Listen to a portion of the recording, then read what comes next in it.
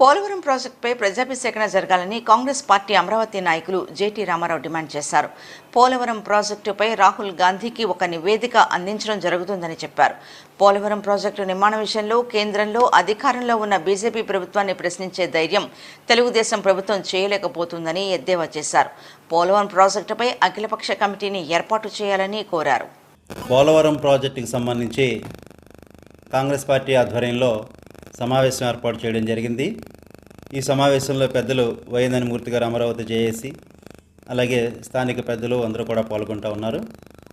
ఆనాడు హైదరాబాద్ కోల్పోయినందుకు ఉమ్మడి ఆంధ్రప్రదేశ్లో పోలవరం ప్రాజెక్టు కేంద్ర ప్రభుత్వం మాకు ఇస్తే సుమారు 10 సంవత్సరాలు పూర్తయినప్పటికీ కూడా ఇప్పటికీ కూడా దాని పరిస్థితి ఏంటంటే అగమ్య గోచరంగా పనులు పూర్తి కాని పరిస్థితి కనిపిస్తూ ఉంది.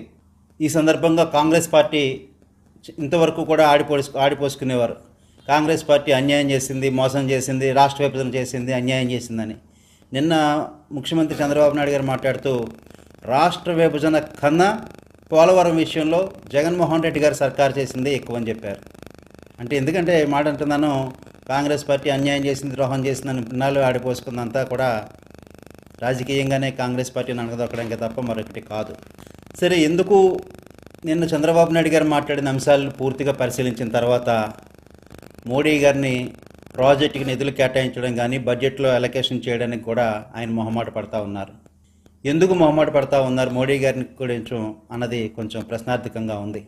దశాబ్దాల కాలంగా గోదావరి జిల్లాల్లో వరదల కారణంగా రైతాంగం కానీ ప్రజలు కానీ ఇబ్బందులు పడతా ఉన్నారు. క్రాప్ హాలిడే లాంటివి కూడా ఉన్నాయి. అక్కడ పంటలు పండలేని పరిస్థితి. మరోవైపు కృష్ణా జిల్లాలో కుడికాలం వరకు రావాలి, పవర్ ప్రాజెక్ట్ పూర్తి కావాలి. రైనీ సీజన్ 2 రైనీ సీజన్లు పడుతుంది పోలవరం ప్రాజెక్టుకి, లేదా 3, 4 అంటున్నారు. అలాగే పోలవరం ప్రాజెక్టుకి ఇవాళ కాంగ్రెస్ పార్టీ సంబంధించి మేము డిమాండ్ చేసేది ఏంటంటే, ప్రజాభిప్రాయ సేకరణకి గవర్నమెంట్ ఆధ్వర్యంలో ఒక నోటిఫికేషన్ ఏర్పాటు చేస్తే ఈ నోటిఫికేషన్లో